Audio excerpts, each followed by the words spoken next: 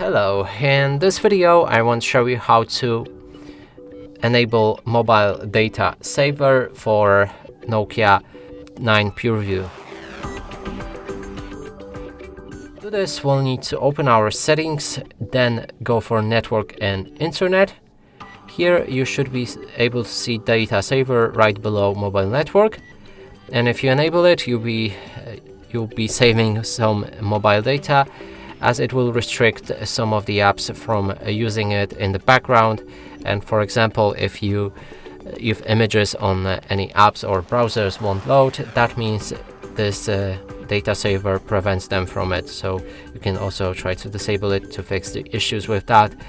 But anyway, let's move to unrestricted apps, and if you enter that, you'll be able to pick which apps won't be restricted by this saver.